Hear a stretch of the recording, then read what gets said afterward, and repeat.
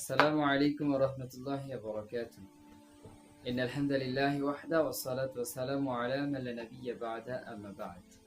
فأعوذ بالله من الشيطان الرجيم. بسم الله الرحمن الرحيم. সম্মানিত দর্শক মণ্ডলী, আজকে আমাদের সংক্ষিপ্ত বক্তব্য বিষয় দ্বীনি ইলম অর্জন করা আমাদের জন্য কেন দরকার। সম্মানিত উপস্থিতি, আল্লাহ রাব্বুল আলামিন প্রথমতই বলছেন যে কুল হাল ইয়াস্তাবিল্লাযী ইয়ালামুন ওয়াল্লাযীনা লা ইয়ালামুন। হে নবী, আপনি বলুন, যারা জানে আর যারা জানে না তারা কি সমান হতে পারে? তাহলে উক্ত আয়াত দ্বারা আমরা যেটা বুঝতে পারছি সেটা হচ্ছে যারা জানে আর যারা জানে না, অর্থাৎ যে জ্ঞানী এবং যে অজ্ঞ তার মধ্যে একটা পার্থক্য আছে। সম্মানিত উপস্থিতি, উসমান ইবনে আফফান রাদিয়াল্লাহু তাআলা আনহু হতে বর্ণিত, তিনি বলছেন, খায়রুকুম মান তাআল্লামাল কুরআনা ওয়া আল্লামা। উসমান রাদিয়াল্লাহু আনহু হতে বর্ণিত, তিনি বলছেন, রাসূল সাল্লাল্লাহু আলাইহি ওয়াসাল্লাম বলেছেন যে তোমাদের মধ্যে সেই সর্বোত্তম ব্যক্তি যে নিজে কোরআন শিক্ষা করে এবং অপরকে শিক্ষা দেয়। সম্মানিত উপস্থিতি, পৃথিবীর মধ্যে সর্বশ্রেষ্ঠ ব্যক্তি হিসাবে আল্লাহ রাসূল বলেছেন যে তোমাদের মধ্যে সর্বোত্তম ব্যক্তি সেই যে নিজে কোরআন শিক্ষা অর্জন করে, যে কোরআন এবং হাদিসের শিক্ষা নিজে করে, পাশাপাশি অন্য মানুষকে শিক্ষা দেয়।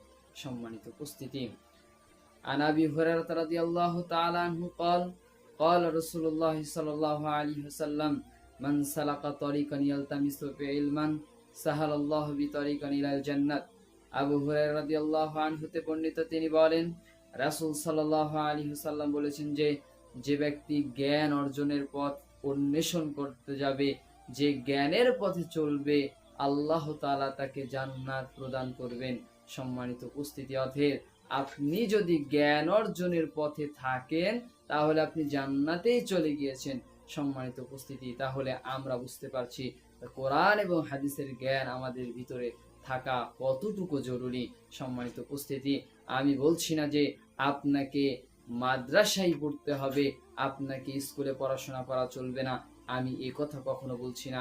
আমি বলছি যে আগে আপনার সন্তানকে এবং আপনি নিজে দিনদার হন, আল্লাহ তাআলার দিকে আপনার সন্তানকে আনুন, আপনার সন্তানকে আল্লাহর দিকে সম্পৃক্ত করান, আল্লাহ তাআলার সাথে মহব্বত করান।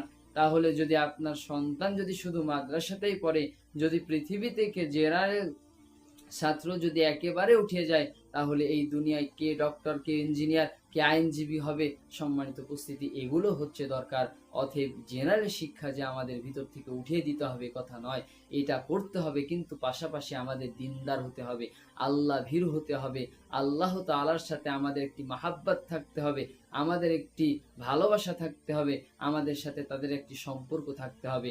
সম্মানিত উপস্থিতি, এবং কোরআন এবং হাদিসের জ্ঞান আপনার ভিতরে থাকা দরকার এবং আপনার সন্তানের ভিতরে থাকা দরকার। কেননা হচ্ছে তালাবুল ইলমি ফারিদাতুন আলা কুল্লিল মুসলিম ওয়াল মুসলিমা, প্রত্যেকটি মুসলমান নর এবং নারীর উপর এই জ্ঞান অর্জন করা ফরজ, যেই জ্ঞানটা কোরআন এবং হাদিসের জ্ঞান।